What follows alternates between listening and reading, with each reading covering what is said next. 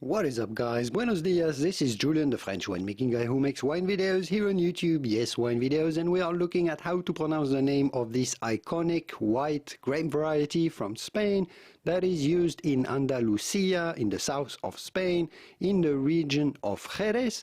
Yes, this is the grape variety behind the famous wines of sherry, the Finos, the Olorosos, the Amontillados, and a few more Palo Cortados, etc. This is the Palomino grape. How do you go about pronouncing this with the typical Spanish pronunciation? Palomino. You do want to insist on the I a little bit. Palomino. Of course, this is often referred to as Palomino Fino, the grape behind the Fino sherries, yes, and a synonym of Palomino is Listan. Listan. Otherwise, simply Palomino.